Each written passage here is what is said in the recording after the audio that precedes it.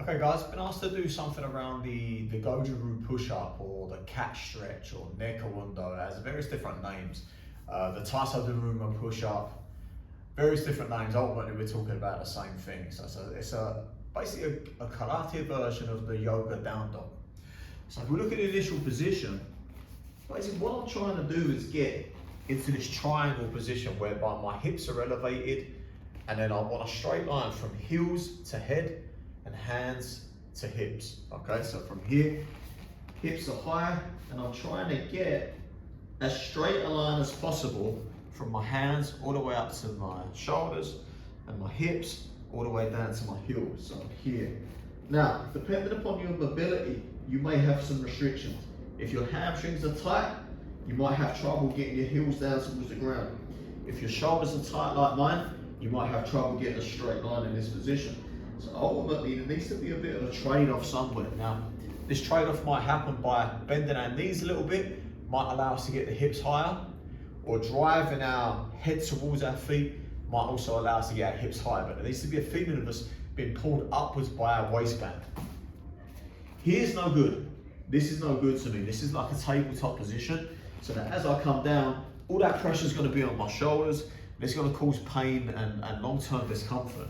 So I need to really try to drive this way so that my shoulders are pulled down and the scapula are widened out this way.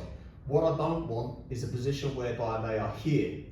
They need to be down and spread so that as I'm here, my shoulders are this position rather than this position. This is no good. Down, spread, this way. And again, as I take my initial position, from here, this is no good. I need to go here to here. So my shoulders are the same position as they would be if I was doing my Sanchin. Come on. And from there, middle fingers are pointing forward. Middle fingers are not out to the side this way. The middle fingers are forward, and my elbows are not pointed to the side. My elbows are rotated inwards this way. So my arm is doing that. Again, same as our Sanchin. We don't punch Sanchin this way, we punch Sanchin this way. That elbow is internally rotated, shoulder goes down, and the whole position is locked on this top body. I'm here, middle fingers forward, hip nice and high, elbows rotated in. Once my scapula is set in that position, I'm feeling good. Now from there, as I go down, I want my nose going behind my hand line. So if I imagine there's a line going across here, my nose goes behind that line. It does not come over the front. So I'm not here. I come straight down here. My elbows, this way. This way. Same as my Sanchin.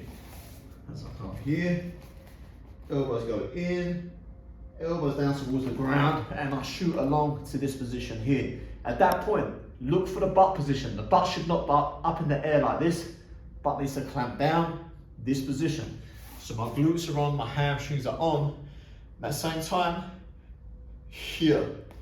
Again, if I'm in the bottom position, my shoulders are up elevated around my ears, no good, I'm going to damage my shoulders. I need to conform to my Sanchin, this position here. So bottom position, as I'm here, lengthen your shoulders away from your ears. My neck, my chin pulls in, same as Sanchin. From there, I look up, look left, look right. Now as I do my look forward, my look left, my look right, I need to again think about shoulder position. I need to maintain that while I work range. If we isolate that a second, do it as stays up. Shoulder position here. Look up with no compensation anywhere from the shoulders. This shouldn't happen. This shouldn't happen. This shouldn't happen. There shouldn't be any movement of this position while we're isolating the neck, okay? So once we've done our head movements, we're here. As I start to drive back to my start position, the drive is sent by my hip, not by my hands. My hands coming up will look like that. This is very hard. I need to think like someone's grabbed my pants and they're pulling me backwards and up. So as they grab my waistband, they pull my pants backwards and up so that my press comes this way. Again, like your 10 shot here. Here rather than here. Here's no good. See my shoulder position. We don't do that in Goju Ryu. It needs to come here. Here. So my shoulders stay down. My scapula stay in position. They don't elevate and come this way. Okay? Back to our initial start position. So again, one more time. I'm here. I've got my forward. I've got my right. I've got my left. Pull by the seat of my pants to come up to this position, to our start point, and then from there, as I come down, here. Now I want to let my hips drop, I let my ribs flare. Now again, this position, what you'll often see, people's shoulders come here. That can't happen. I need to, again, keep those shoulders under control, pull down, chest goes through, and I'm looking up. So I'm really trying to pull through this position. The observant of you will notice the similarity to this exercise in our Junbyundo, whereby we are pulling shoulders back, popping chest forward, and allowing these ribs to flare a little bit. From behind, again, I'm here, bang, bang, here, here, okay? How that all looks together now. So I put it all together, I get my hips nice and high, trying to make a triangle position, my calves stretching, my heels down towards the ground, middle finger pointed forward, elbows are in, shoulders, scapula engaged. My head goes behind my hands. I shoot along the ground, glutes engaged, ribs down, neck long.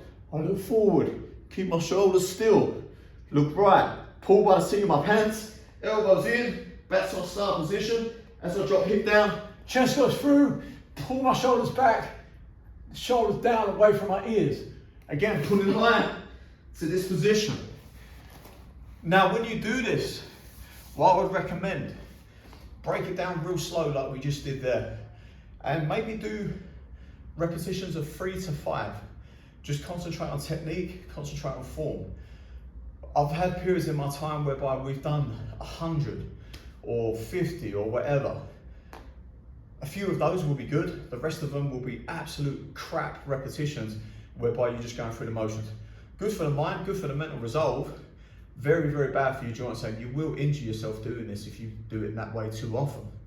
Break it down, short reps, 3 to 5, and work on perfection of every single detail we just spoke about. Once you get that, you'll start to see how this exercise relates to your Sanchin and to every aspect of your Goju Ryu, matter of fact, how it will improve your posture, how it can improve your mobility, how it can improve your ability to stretch the diaphragm, the ribs, the digestive system, the abdominals, all these areas that get chronically tight through the practice of Goju Ryu. This is almost the antidote, the medicine to some of the negative byproducts that can come of excessive Goju Ryu practice. So doing this often, frequently, as part of your warm-up, even as part of your cool-down, do it real slow, treat every aspect as a bit of a stretch and an opportunity to lengthen through the body, and you'll start to reap the benefits of it elsewhere in your system.